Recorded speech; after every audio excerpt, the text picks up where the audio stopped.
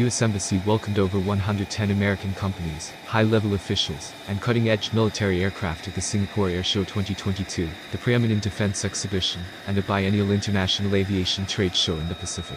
Ambassador Jonathan Kaplan officiated the opening of the USA Partnership Pavilion, home to the largest national contingent at this year's airshow. The USA Partnership Pavilion features over 67 participating companies, representing 19 states and a wide cross-section of U.S. industries. 11 are first-time show exhibitors, 6 are new to the market. With 3 powerful air arms well advanced in their plans to field the Lockheed Martin F-35 in the Asia-Pacific, APAC, region, and with the U.S. itself prioritizing the theater for its deployment, the low-observable fighter is rapidly becoming the dominant asset among West-aligned forces.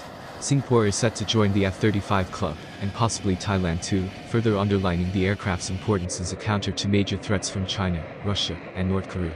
Australia joined the F-35 program as a Level 3 industrial partner in 2002, placing its first order for 14 in 2009, although it deferred 12. The first of them flew in 2014, and a subsequent order raised the total to 72. It acquired the F-35A to replace the F/A-18AB Hornet in Royal Australian Air Force (RAF) service, a process that got underway at Williamtown in New South Wales in December 2018, where the training unit, 2 operational conversion unit, and 2 frontline squadrons, NOS. 3 and 77, began their transition to the new type.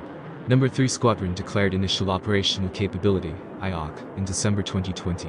By late 2021 the RAF had received 44 of its 72 F-35As, and in December the final frontline unit, number 75 Squadron at Tyndall, Northern Territory, received its first aircraft. The RAF aims to have all its aircraft operational by the end of 2023, and Australia is considering an additional purchase of F-35As.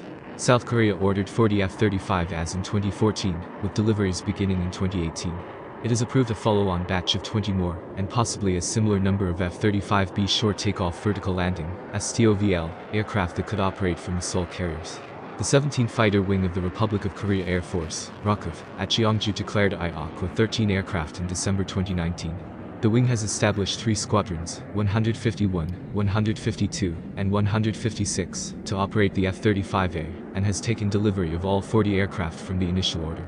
Japan prohibited from joining the industrial program by domestic law. Japan elected for an off-the-shelf approach to acquiring the F-35, which it initially selected in December 2011, to replace the last F-4A Kai Phantoms of the Japan Air Self-Defense Force, JASDF.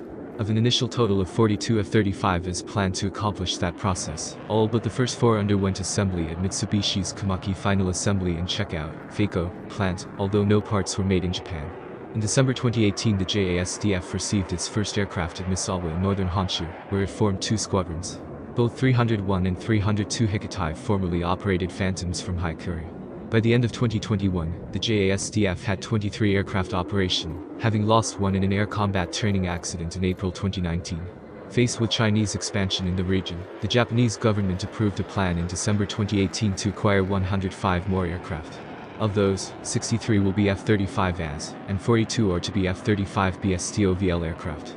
Japan intends the latter, to operate from dispersed bases on the country's western islands, and, more important, from the Navy's 2 Izumo-class helicopter carriers.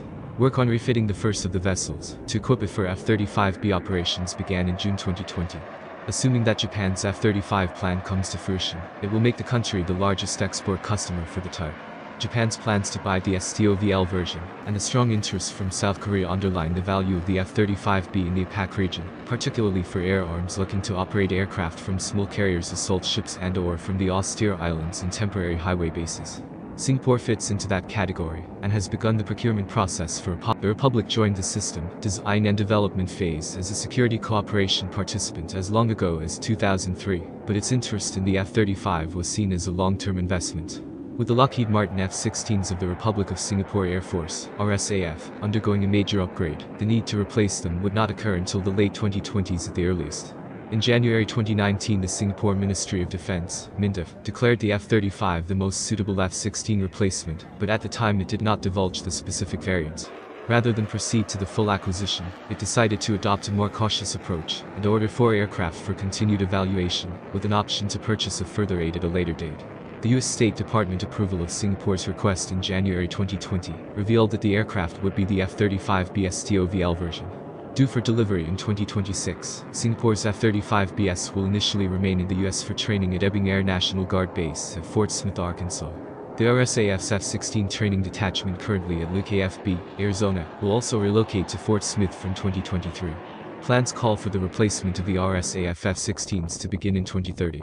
Although US political and security concerns curtailed the potential for further sales of F-35s into the region, another potential customer emerged in late December in the form of Thailand. The government has earmarked funds for new aircraft to modernize the Royal Thai Air Force's fighter force, which includes aging Northrop F-5s and F-16s. The RTAF commander, Air Chief Marshal Napatich Dupadimia, told the Bangkok Post that the Air Force plans to acquire F-35s. "We don't require a full fleet of F-35 jets," he said. "We may use just 8 to 12 and use drones to fly alongside the manned aircraft. As well as those operated by regional air arms, F-35s from the US forces now operate in the theater." The US Air Force deployed its first F-35s outside of the lower 48 states, to the 354th Fighter Wing at Eielson AFB in Alaska. The base is seen as a strategically important location from which air power can be rapidly deployed to Japan, South Korea, and beyond.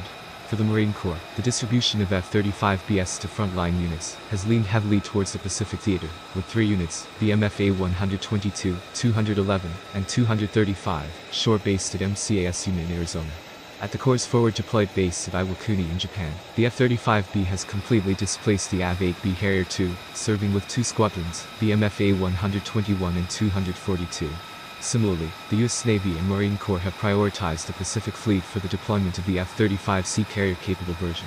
The Navy has established the first main shore base for the F-35C at Nas Lemmer in California, home base to the service's first frontline F-35C squadron, FA 147. Also in California, the Marine base at Miramar is home to the first USMC squadron to be equipped with the type, the MFA 314. Both the Argonauts of FA 147 and the Black Knights of the MFA 314 are now at sea in the Pacific region, forming part of the air wings aboard USS Carl Vinson and USS Abraham Lincoln, respectively. The F-35C received unwanted attention in late January, when a FA 147 suffered a landing accident and ran overboard during operations in the South China Sea, sparking a major salvage operation. Another F-35 operator with an expanding presence in the APAC region, the United Kingdom, recently adopted a new focus on operations in the Far East.